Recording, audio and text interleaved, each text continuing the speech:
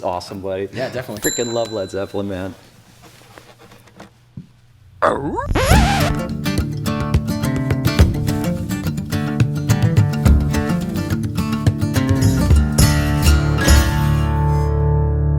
Hey, welcome YouTube friends. My name's Brendan Smith. That's Jason Kurtzen. This is Toby the Beagle back here snoring. And today, guys, we got a treat for you.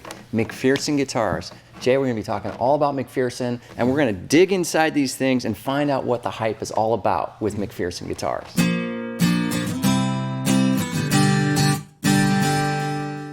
This is definitely one of my favorite acoustic companies working today, just because they're so interesting in their approach to building, and also the way that they really look at the fundamentals and the mechanics of how sound works and how exactly to produce a tone that is kind of unlike any other. Absolutely. So, Jay, we're going to be breaking down the different models. We're going to talk about the Camry-L, we're going to talk about the MG, and we're even going to talk about the carbon fiber series. Okay. So we're going to go to all the details of all the McPherson guitars, what makes them special, and how Matt McPherson builds these instruments. Right. Let's jump into it. All right. All right, Jay, listen to the sustain on this.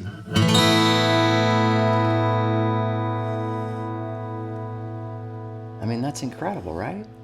It's still going, and I'm up to 7 seconds. Yeah, that's pretty impressive. How about mine?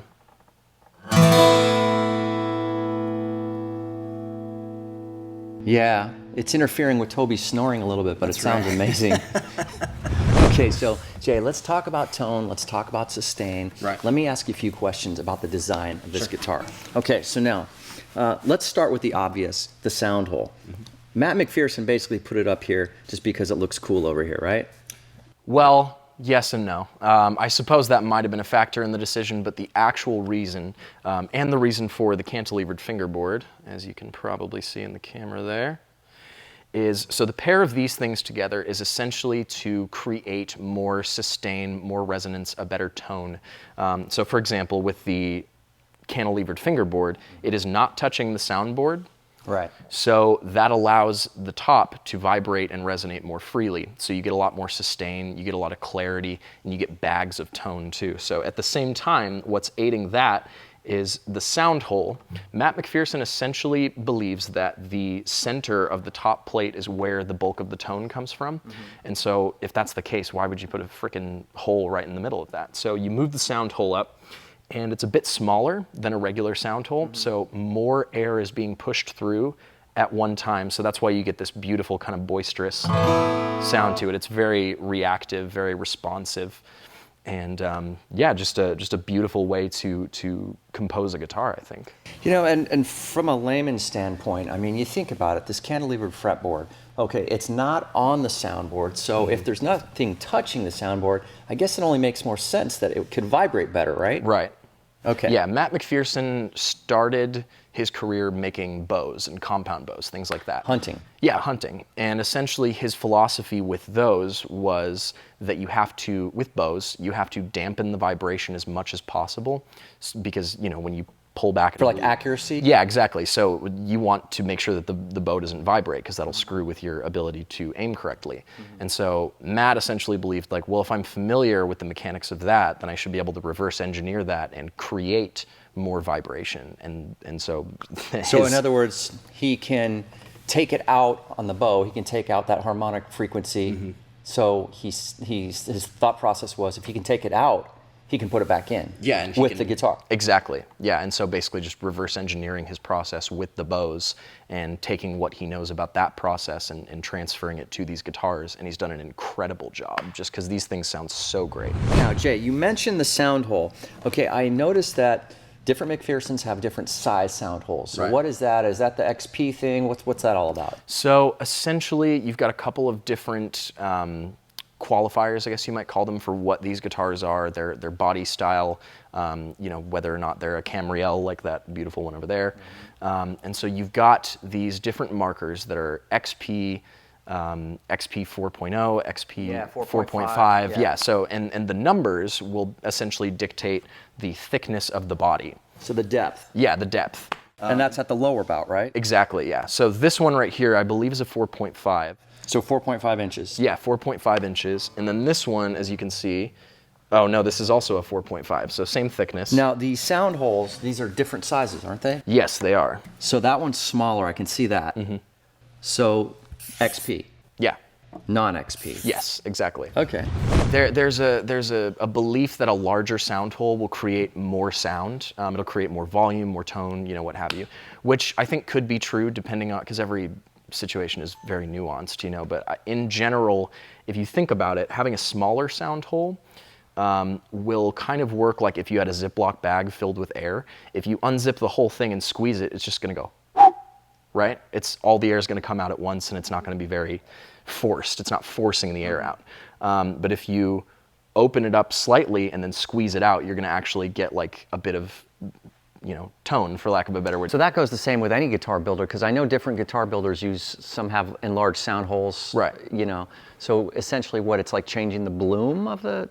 Yeah, essentially. It's changing the bloom, and it's not a good or bad thing to have a larger or smaller sound hole. It's just the results that you get from it are going to be different, and they have to benefit the build of the guitar and what you're attempting to actually get the guitar to sound like. So. Right. So it's basically, it's going to change the tone a little bit, and based on your preference, will dictate whether you want the XP or the non-XP. Exactly. Okay, so let's see. Now I've got the XP, right?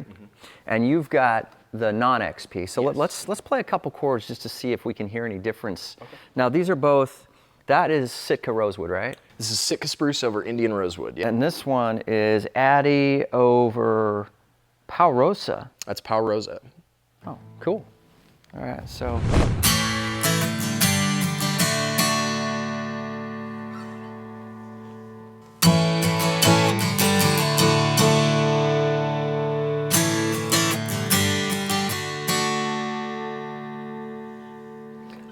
I don't know if it's where I'm sitting or what, but my gosh, the sustain on this thing is incredible, Absolutely.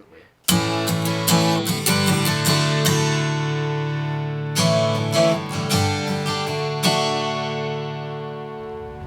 Yeah, I guess it's going to be different for where, the listener, whether like I'm sitting across from you, whether I'm actually playing it, but like I said, here in my hand, it just sounds incredible. Yeah, well, I think part of it too is that the things like the sustain and the clarity are going to apply to all of these wood models, sort of, regardless of what woods are actually used, because the build is tailored towards, creating more sustain, clarity, more of a balanced tonal spectrum. So whichever way you go, as far as, tone woods for these McPherson acoustics, they're remarkably consistent.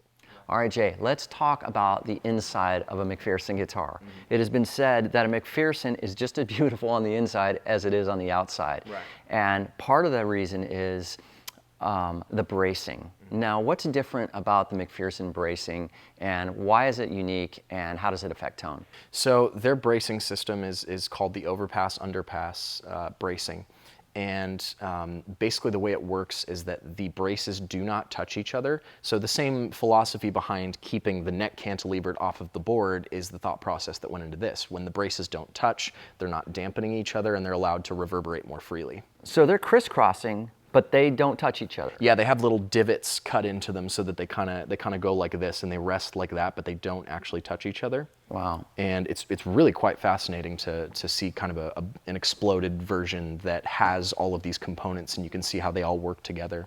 And yeah, I think that's just, yet again another kind of intricate example of what makes these guitars so special, is that it's something you can't see, and maybe not something that every guitar player would think about immediately, the bracing system.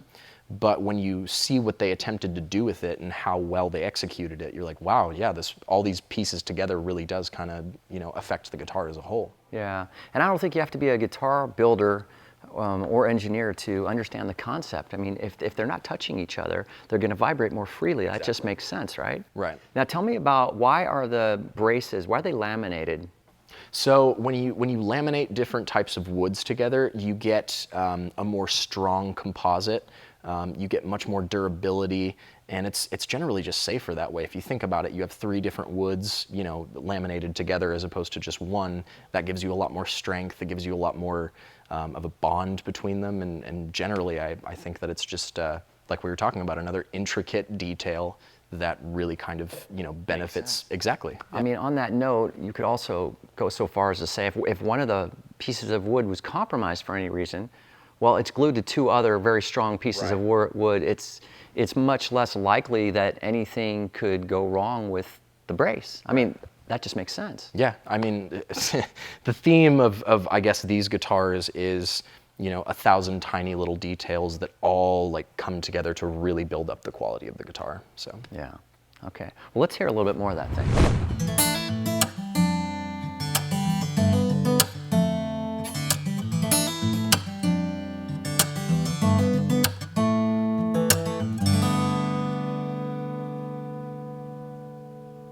Man, when you play that last chord, it just rings, yeah. opens up, man. I just love it.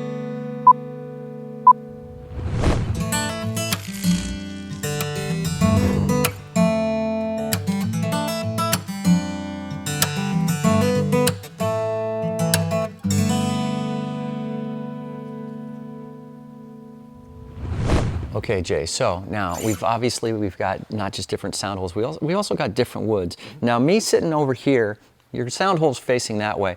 I couldn't tell a huge difference. Let us know in the comment section below. What do you guys hear? Do you notice the difference in the sound hole? It could be the woods too. What did you hear? I mean, you've got a... I might be biased just because that one's so pretty. It's one of my favorites, but the combination of Sitka and rosewood is definitely going to lead to much different tonality than Adirondack over Parosa, I think this is. Not largely different, but Adirondack is a very different top plate from Sitka spruce in the way that it functions to bring out some of those higher mid-range frequencies that really kind of boost the tonality in this register. So like that, anything on this G string, like, there's so much tone behind that. It doesn't sound too thin and it doesn't sound too warm, but it's perfect for, you know, essentially creating a responsive sound. Like very clean and concise. Right. And then that one, I feel, lends itself better to a more, because Sitka and Indian rosewood is always going to give you a really nice balance in terms of your EQ. So this one's a little bit more, the distribution of tone is a bit more flat in terms of the EQ, like it's much more well balanced. You've got a nice low resonant low end as well as a nice tempered high end so that it's not too shrill, but it's also got enough tone so that you can really kind of experiment with whatever you want. Yeah. You know, one thing I love about McPherson's, Jay, I'm a strummer, 3 chords and the truth. That's what I like, you know.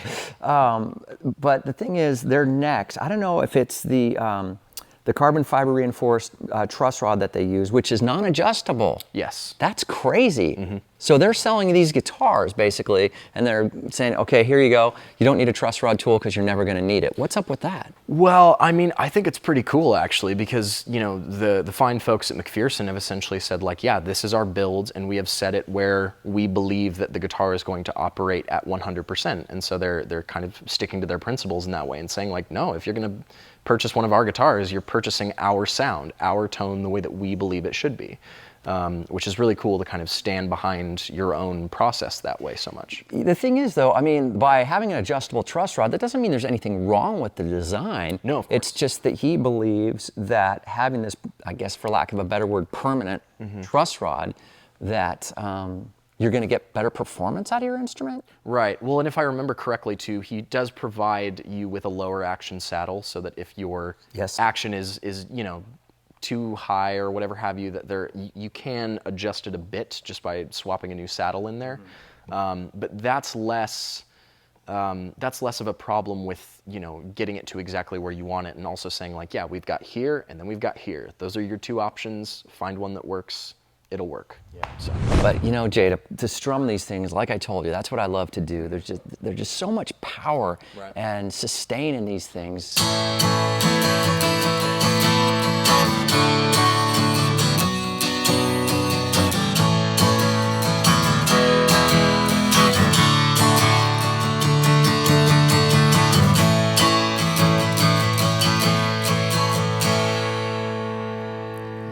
I just love it, man.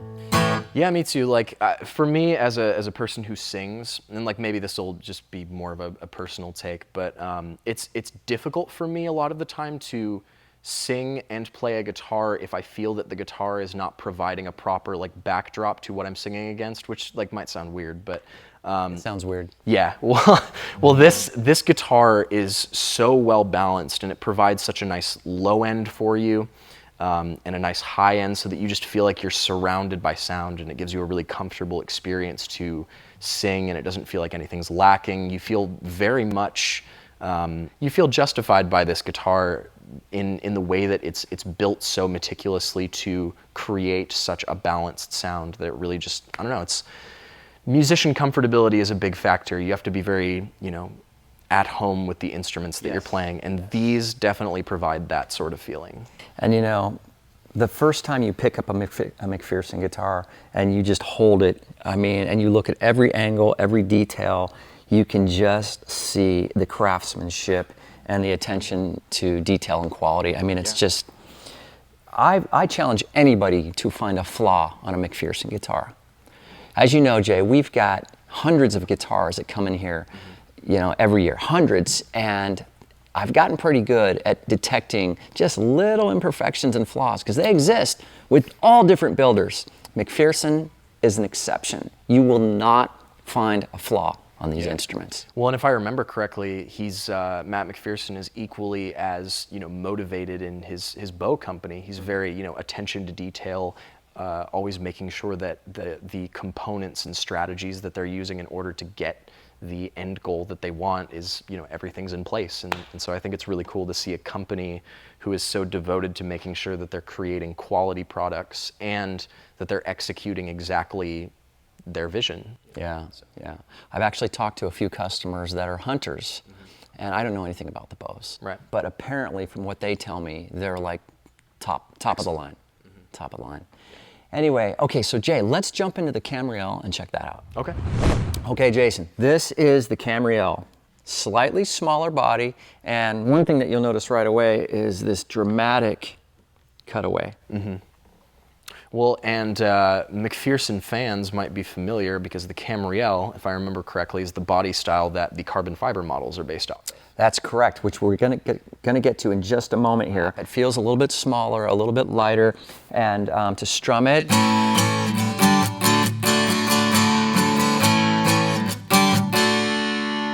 It still sounds great. A little bit tighter.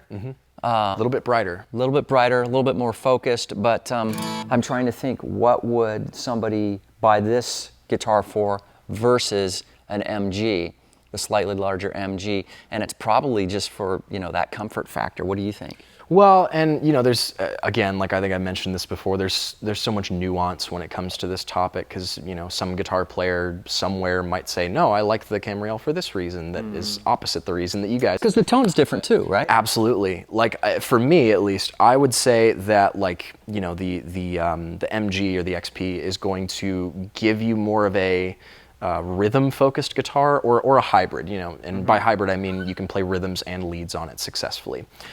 This one I would say that you can still play rhythm, but it strikes me as more of a lead guitar. With the flamed maple back and sides and the bear claw Sitka top. That is a lot of tonality that is really focused on being bright, tight, concise, and those are all the things that you want when you're playing leads. So this guitar would benefit itself really well as a lead acoustic, whereas one of these two would be much stronger in terms of a kind of open chord strumming. Because like when you're strumming that, like give me a big open E chord on that. Yeah, like that still sounds great, but there's not as much low end oomph in it as. Yeah, that's much more bright, much more higher mid range. And again, somebody could totally disagree with me and say like, but I love a bright, high mid-rangey guitar for strumming. But just in general, I think those are that's the big difference between the two, is that you're going to get, smaller body size is going to lead to less room in the low end and in the high end. So you're going to get this kind of really tight, focused, high mid-rangey sound. Let me strum a few chords on this.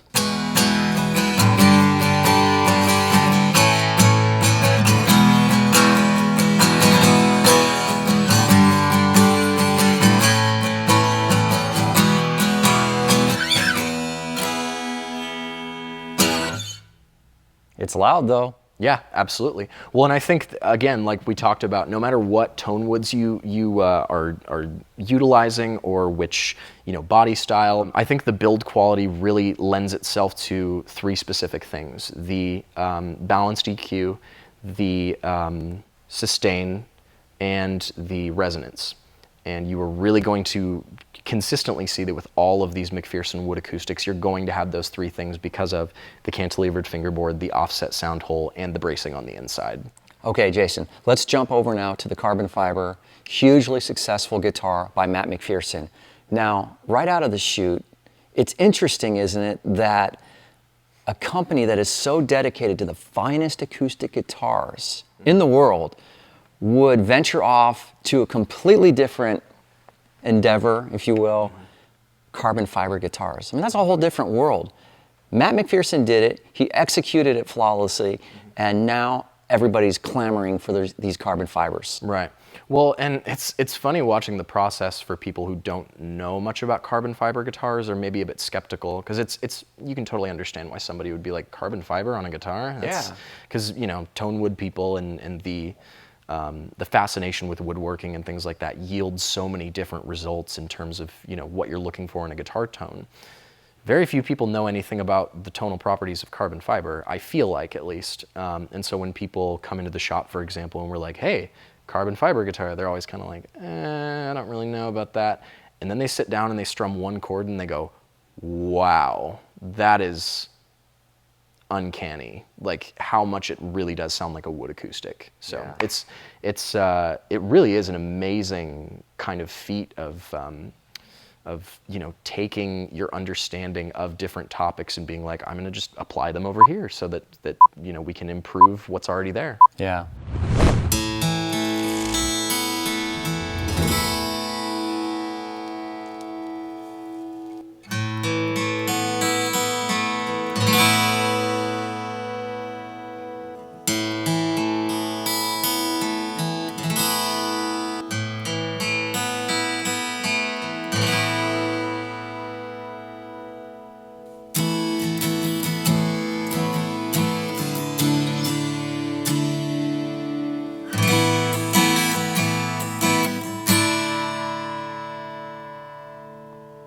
Okay, so carbon fiber acoustic. Yes. What are you hearing? I hear a carbon fiber acoustic, but at the same time, my ears deceive me because it does really sound like a wood acoustic. I think to some people, they'll be like, nah, that doesn't quite sound like wood, but I think those are just the more, tonally attuned people who would really be able to pick that out. But I feel like to most people, this does sound quite indistinguishable from a wood acoustic. It's pretty close. I mean,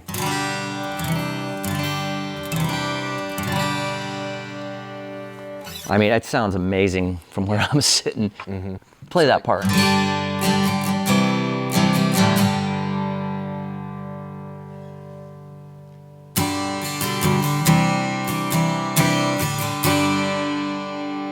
I will say, I think this sounds like it's got a little bit more body to it. Mm-hmm. So perhaps a little bit thinner sounding. It still sounds beautiful, but not quite the body. Right. Are you hearing that? Yeah, there's definitely a little bit of course there's going to be difference, just because it's not the same material, so it's going to yield different results. The main theme of this video has been the smaller components of the guitar that come together to really benefit the instrument as a whole. And so with these, you've got the offset sound hole, the cantilevered fingerboard, and those components are just so essential to the McPherson sound, because it gives you that sustain, that clarity, the resonance, and it's just, these are just as incredible. These things are far and away probably the most expensive carbon fibers on the market. Yes. And they still sell amazingly because people are seeing, feeling, and most importantly, they're hearing the difference. Yeah. They're hearing the quality, the design, the engineering that, with the cantilevered fingerboard and the offset sound hole.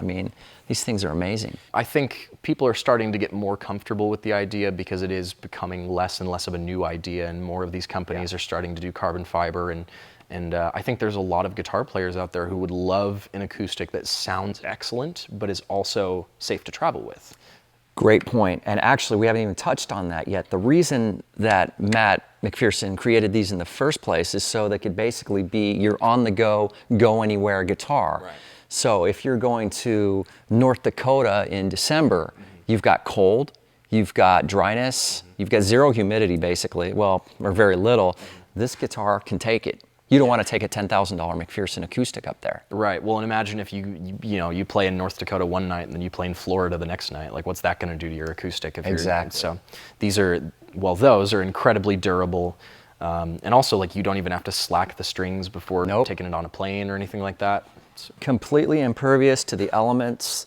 This guitar, I think that's why a lot of people love it. They can just, a lot of our customers, they spend tens of thousands of dollars on these crazy expensive instruments, but a lot of them come back and get this one because they can grab it, go anywhere, and not worry about, the rain, the heat, the snow, the cold, all that stuff. Don't have to worry about it. Right. And then one thing that's worth mentioning too is that a lot of people have said, like, yeah, I understand the carbon fiber body, but like, why the carbon fiber neck? And the answer is essentially that carbon fiber will remain much more durable in terms of, like we mentioned on a plane, for example, when the strings, you have to slack the strings on your wood acoustic so that the pressure doesn't change and doesn't screw with your neck. Right. And these necks, for example, are, like the body, highly durable. They don't shift and change around. They're very static. And yeah, the construction of the entire guitar, well, almost the entire guitar, out of carbon fiber is just an incredible. The only thing that's not carbon fiber are the frets, tuners. That's about it. Let's do a quick sound sample of this guitar versus this guitar with the exact same riff or chord, whatever. Go ahead. All right.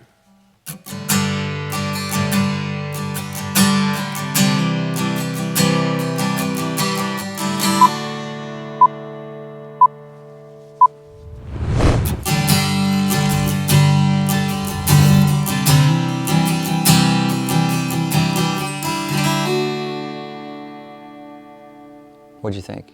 A little bit thinner. And a little bit more kind of high frequency as well. So when I played this, those high notes, those don't have as much mid-range to them, so they don't have quite as much body, but they're nice and tempered as well. So when you get up here, it's still warm and it's not too bright, but you are getting enough of that high frequency to come through so that it really, Yeah. Wow.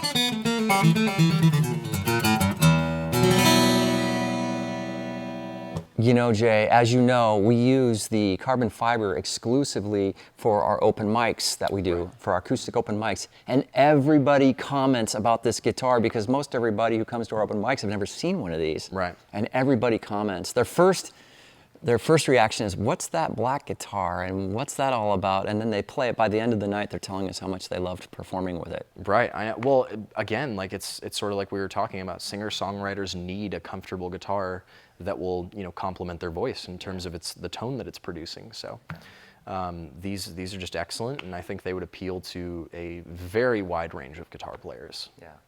Well, Jay, also, as you know, the carbon fiber is available in a touring size, which is a 3/4 size travel guitar. We're actually going to get into a demo of that guitar in a different video, but the guitar is available in a more compact 3/4 size travel guitar. Okay, guys, that's just about a wrap for the McPherson guitars. This is Jason Kurtzen. My name's Brendan Smith. This is Toby the Beagle back here. I want to thank you guys for watching. Thanks for supporting our channel. These were the McPherson guitars. I hope you liked them. And if you did like them, or if you didn't like them, or if you have a comment about the carbon fiber or the acoustic, let us know in the comments section below. Thanks for watching, guys. We'll see you in the next video. And have a McFantastic day.